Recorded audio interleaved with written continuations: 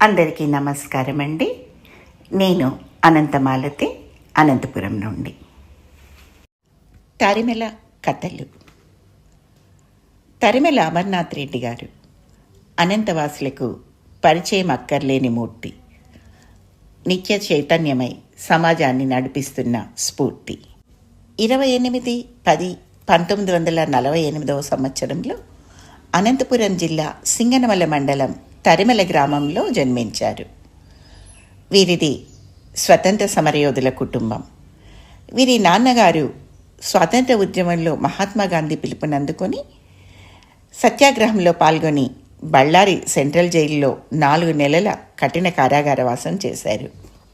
అదే స్ఫూర్తితో పీడిత ప్రజల అభ్యున్నతి కోసం కృషి చేస్తూ సమాజమే తన కుటుంబంగా, ప్రజలే తన బంధువులుగా భావిస్తూ ఉంటారు.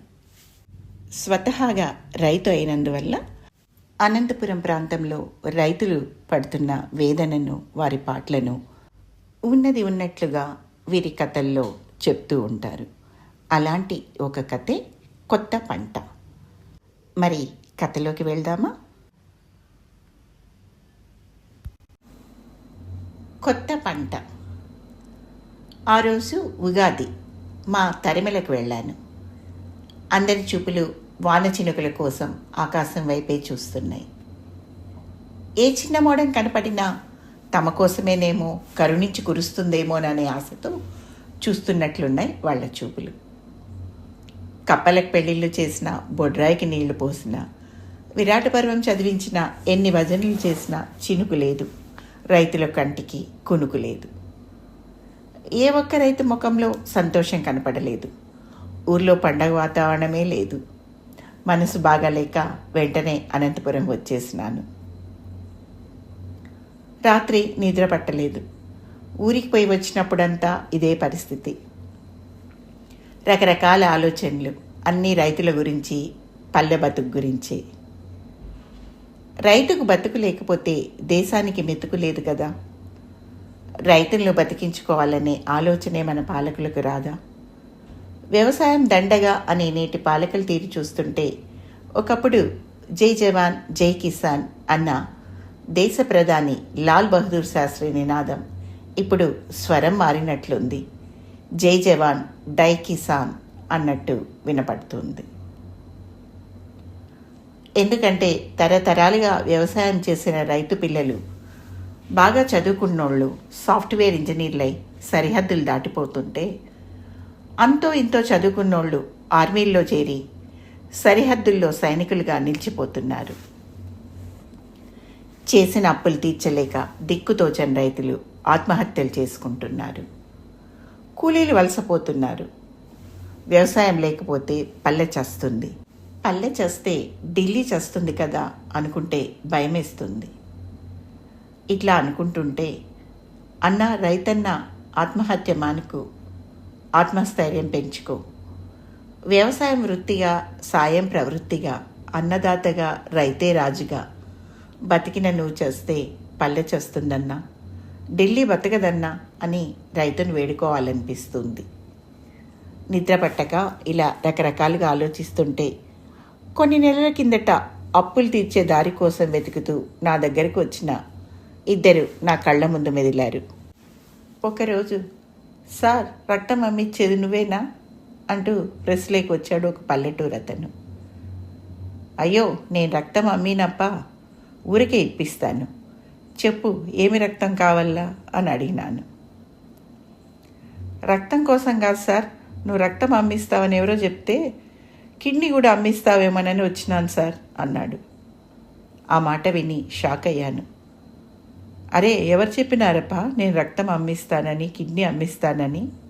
ఇంతకు నువ్వెందుకు కిడ్నీ అమ్ముకోవాలనుకున్నావు?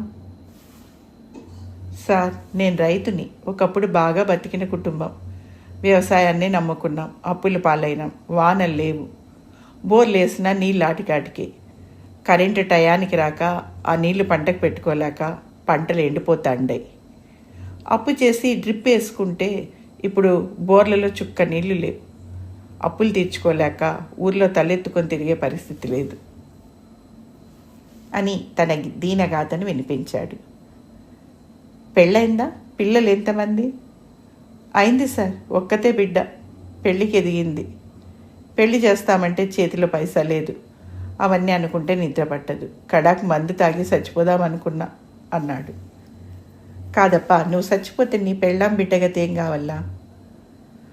అట్లా అనుకునే ముగ్గురం తాగి చచ్చిపోదామనే మందు సీసా ముందు పెట్టుకొని వాళ్ళిద్దరిని పిలిచిన.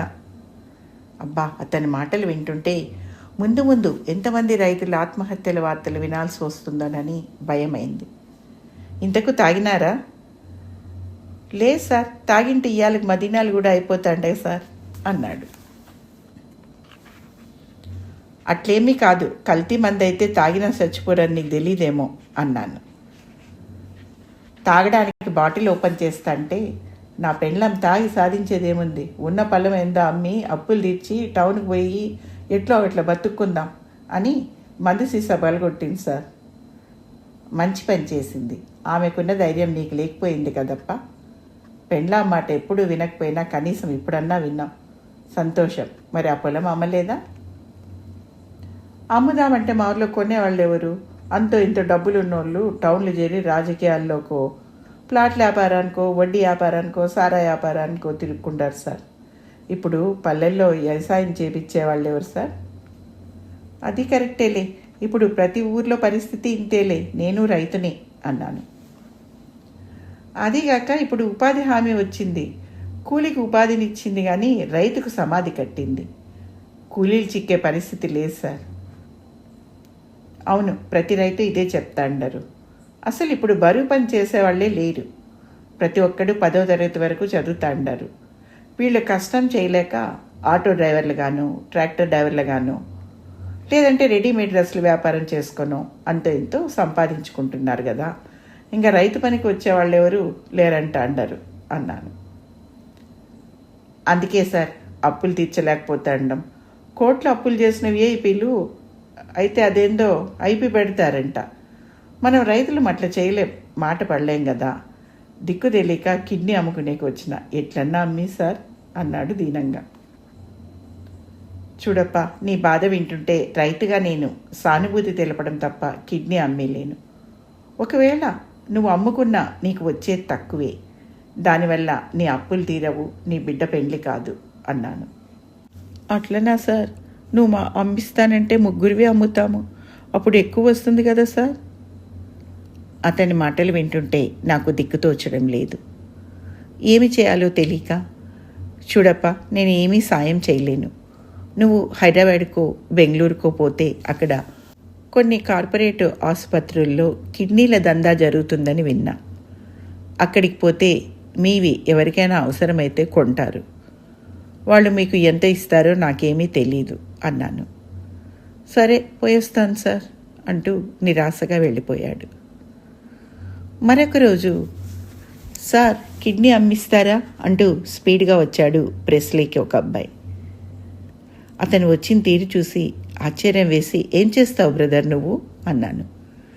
వ్యవసాయం చేస్తాను సార్ అన్నాడు. అబ్బా, ఇతను రైతే, ఎందుకు అమ్ముకోవాలనుకున్నావు? సార్, మా అమ్మకు ఏందో పెద్ద జబ్బు వచ్చిందంటే ఇక్కడ కాదంటే బెంగళూరుకి తీసుకుపోయినా సార్. అక్కడ వాళ్ళు చేసే పరీక్షలు, ఆపరేషన్లు, మందులు, వాళ్ళ ఆసుపత్రులు బతికేకే కానీ మనం బతికేకి కాదనిపించింది. ఎంతన్నా ఖర్చు కానీ అని ముందు ఉన్న 2 ఎద్దులు అమ్మినా, మళ్ళా ఉన్న 2 ఎకరాల పొలం అమ్మినా, కడాకు ఇల్లు కూడా అమ్ముకున్నా. ఉన్నవన్నీ పోయినాయి. కడాకు మా అమ్మ ప్రాణాలు కూడా పోయినాయి సార్ అన్నాడు తన కన్నీళ్లు తుడుచుకుంటూ. మొత్తానికి తల్లి రుణం తీర్చుకున్న కొడుకు అనిపించుకున్నావు బ్రదర్ అన్నాను సానుభూతిగా. సార్, తల్లి రుణం అయితే తీర్చుకున్నాను కానీ మా అమ్మని బతికించుకునేకి చేసిన రుణం తీర్చుకోలేకనే అప్పుడప్పుడు టీవీలలో పేపర్లలో వచ్చే ఆత్మహత్యల వార్తలు చూసి మందు దాగి చచ్చిపోదామనిపించింది అన్నాడు. అరే, అట్లెందుకు అనుకుంటావు? ఇంకేం చేయాల సార్, అప్పు తీర్చుకుంటా చేస్తే సమయానికి మనం అడుగుతానే లెక్క సాయం చేసిన వాళ్ళని మోసం చేసినట్టు అవుతుందని వాళ్ళకి ఇవ్వాల్సింది ఇచ్చే చద్దామనుకున్నా. కానీ తీర్చాలంటే అమ్ముకునేకి కిడ్నీ తప్ప ఏమీ లేదు సార్ నా దగ్గర. అందుకే నీ దగ్గరకు వచ్చిన అన్నాడు. ఇంతకు నీకు పెళ్ళాం పిల్లలు ఎవరూ లేరా? పెళ్ళే కాలేదు సార్. పట్నంలో పకోడీలు అమ్ముకునేవానికైనా పిల్లని ఇస్తారు కానీ పల్లెలో సేద్యం చేసుకునే నాకు ఎవడిస్తాడు సార్? మా నాయన నా చిన్నప్పుడే చచ్చిపోయినాడు, ఉండేది నేను ఒక్కడినే అన్నాడు. చూడు తమ్ముడు, నేనైతే నీ కిడ్నీ అమ్మీలేను. నువ్వు ఆ ఒక్కటి అమ్మినా నీవు అనుకున్నంత డబ్బు రాదు అన్నాను. అట్లయితే 2 అమ్ముతాలే సార్ అన్నాడు. అవి 2 అమ్మితే నువ్వు బతకవు కదా అన్నాను. సార్, అప్పు తీర్చకపోతే ఎట్లా బతకను కదా? అప్పు తీర్చలేక చచ్చిపోయి 10 మందితో మోసగాడు అనిపించుకోకుండా అప్పు తీర్చి సచ్చినాడు, శభాష్ రోషగాడు అనిపించుకుంటాను సార్ అన్నాడు. ఆ అబ్బాయి ఆత్మగౌరవానికి, పౌరుషానికి జోహార్ అనుకున్న నా కళ్ళు చెమ్మగిల్లాయి. బ్రదర్, నీ మాటలు వింటుంటే నాకేం చెప్పాలో దిక్కు తోచలేదు. నీవు బెంగళూరుకో హైదరాబాదుకో పోవాల్సిందే. నీది ఏ నెగటివ్ బ్లడ్ గ్రూప్ అంటున్నావు? అరుదైంది. ఎవరికైనా అవసరమైతే మంచి రేటే పోవచ్చు. మరి ఏజెంట్లు ఎంత కొట్టేస్తారో, నీకెంత ఇస్తారో నాకైతే తెలియదు అన్నాను సానుభూతిగా. ఏందో సార్, నీ మీద ఎంతో నమ్మకంతో వస్తే కానీ పని కాలేదు, పోయొస్తాను సార్ అంటూ ఎంతో దిగులుగా వెళ్ళిపోయాడు. వీళ్ళిద్దరూ మరి నాకు ఎప్పుడూ కనపడలేదు. కానీ ఆత్మహత్య చేసుకోలేదని గ్యారంటీగా చెప్పగలను. ఎట్లంటే చేసుకుంటే టీవీ ఛానల్ వాళ్ళు వాళ్ళ చావు వార్తలతో వారం రోజులు పండగ చేసుకునేవారు కదా.